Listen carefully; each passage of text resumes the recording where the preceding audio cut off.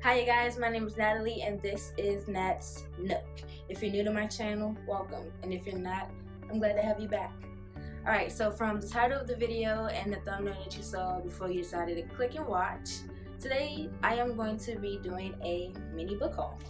I recently acquired 4 new books to add to my forever growing library behind me. 2 of which I purchased myself. 1 was gifted to me, and the 4th one I actually almost purchased, but I found it in my mother's library, like literally just a few days ago.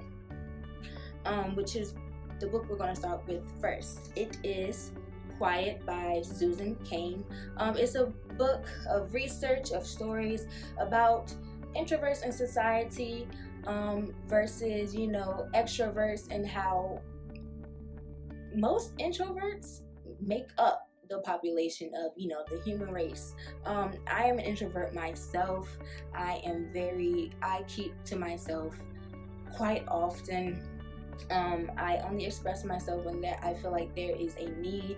I come out of my shell every once in a blue moon, but I am mainly just I keep to myself. I am a very exclusive person. Like, I don't like to be around too many people. I don't like to communicate with so much. If I feel like I'm getting exhausted when I'm talking to you, I will find a way to get out of the talk, especially if it's small talk. I am very homebodied, but that can go for anyone, but most introverts are. Some would say that we're mute, or some would say that we're not any fun, but I feel like we're important. Just because we say to ourselves, just because we aren't in everything, we're not in everyone's business, we're not in any drama, we're not into the latest whatever, doesn't mean that we're not as equal when it comes to extroverts. Those who are always out there, those people who are into the latest whatever, those who are always in the latest gossip or whatever. But us introverts, we're here for a reason. Like, we're here for a reason. We get things done just as well as extroverts. We may not always be in the spotlight, but we're behind the scenes somewhere. I can promise you that. So I needed a book that can help further my knowledge when it comes to being an extrovert. Being an introvert, because like I said, I am an introvert. And I just felt like this book was the perfect book for me to read. Like I said, I almost bought this book, and I just so happened to wander into my mom's library, and it just was sitting there on her shelf. And I'm like, how long have you had this? She was like, well, I've had this book for years. When were you going to tell me this? She wrote all in it, and I'm just like, this must have been a really great read, and I can't wait to indulge in it. The next book is the book that was gifted to me, Hidden Bodies by Caroline Kepnes.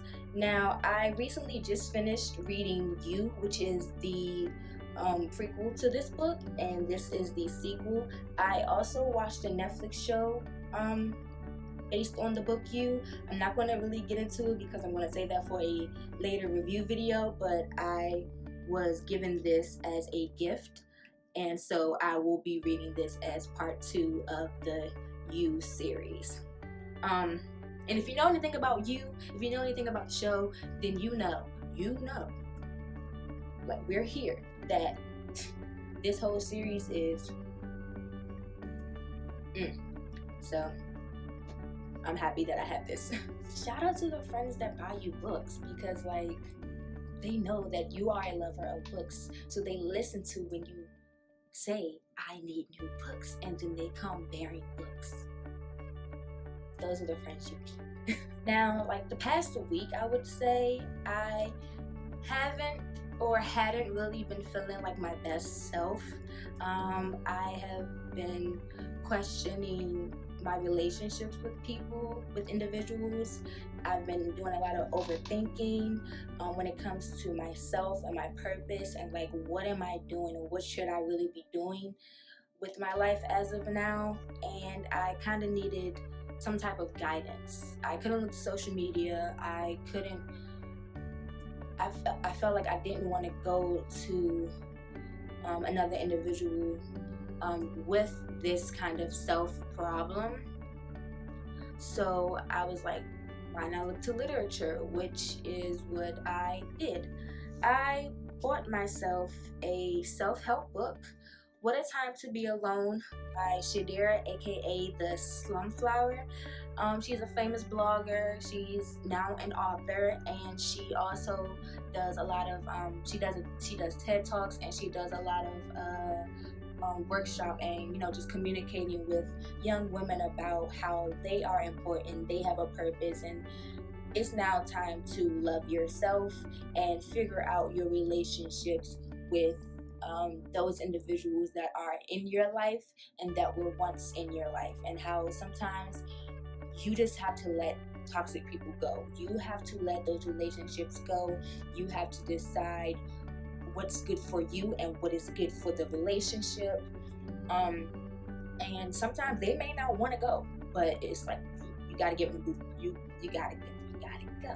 So I felt like this read would be very beneficial to me, and maybe some other young women that may be struggling with trying to figure out, okay, like, how do I tell this person that we can't be friends anymore? How do I let this love go? Or how do I figure out when is my time to be with someone again?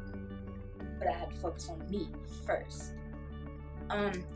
And from the one-liners on the back, we can each decide your own fate. Learn about how to celebrate you. Don't worry about them. Feel the togetherness in us. And it's separated in those 3 sections: you, them, and us. I kind of glanced at it inside a little bit. I haven't started reading it yet, but this will definitely be a book I will be reviewing. Not gonna lie, the color is what first caught my eye, but then I read the description and I felt like this book was definitely something that I needed to have in my library and that I need in my life right as of now, for sure. Now, last but certainly not least, I kind of got on the wave of trends and purchased a book that I have been hearing a lot about. Even the show on Netflix, they made it into a show, and that is The Handmaid's Tale by Margaret Atwood. I actually purchased the graphic novel that came out, I believe, this year. So, because I was like, I want to venture off into graphic novels, and I saw that they had made The Handmaid's Tale into a graphic novel, and I have started reading it, hence the book marker. I have started reading it, and the graphics are amazing. You get a sense of what you would see if this was a picture book.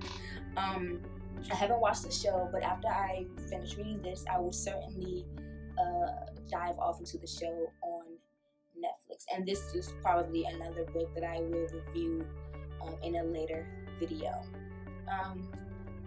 Side note, I've never seen a hardcover book like this.